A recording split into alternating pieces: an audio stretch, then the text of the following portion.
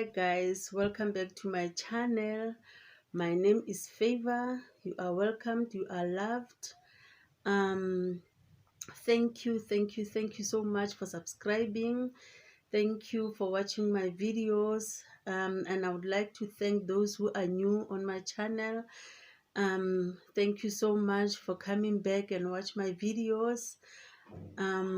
Please make the right decision by subscribing to my channel. Please do subscribe so that this family can grow. Thank you for your comments and everything, respectful comments. Thank you. Front page of the New York Times and the Wall Street Journal, all over the place. Fantastic, incredible publicity. Why? Why is it, I thought, that black Jews are so deeply troubling to somehow to Western sensibilities? It really puzzled me for a long time. And it was interesting, it was fascinating to see that Enlightenment scholars at the end of the 18th century were equally puzzled. And the reason that they were puzzled, why were they puzzled? They were puzzled because they didn't know how they became black. So why then, all of a sudden, do the people that we're all interested in this group, everybody here is interested in the question of Jews, as we say, of color, throughout the world. I mean, that's one of these are the groups, Kulanu and me, we've been very interested in. At the end of the 18th century and for the first half of the 19th century, Jews of color were not marginal. They were mainstream preoccupations of people. That's something which I'm the first person to point out. It was interesting for racial theorists for a number of reasons. One of the reasons is that you've got, for the first time, the idea that Jews are multicolored, right?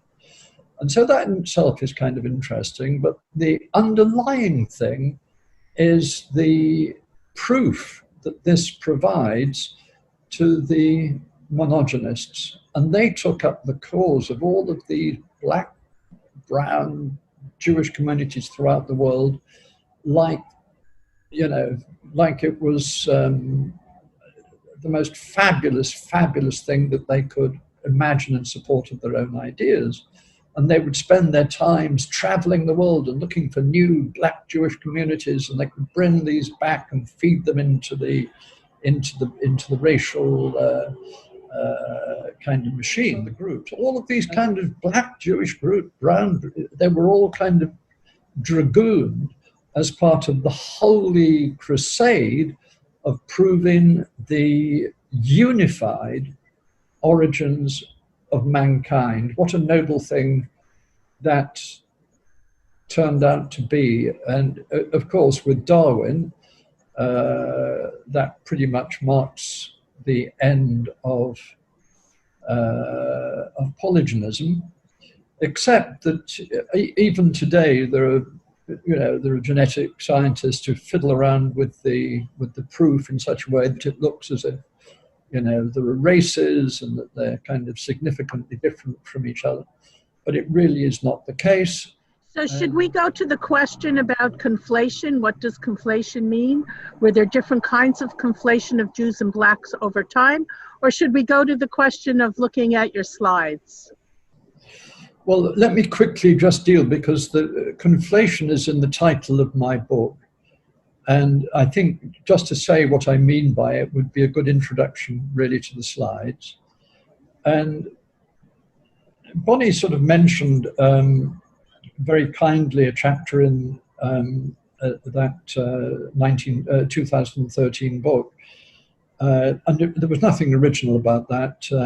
There's a great scholar by the name of Sander Gilman, who really is the father of all studies about the perceptions of the body of the Jew. He's an extraordinary scholar, and I owe a huge amount to everything that he's written, and I admire him enormously.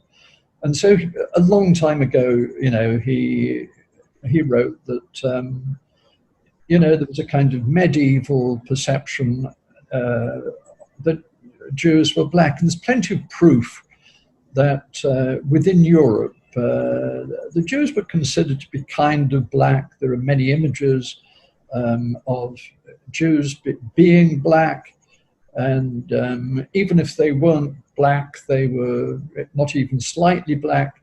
They were kind of considered to be black in one way or another. So blackness and Jews really went hand in hand.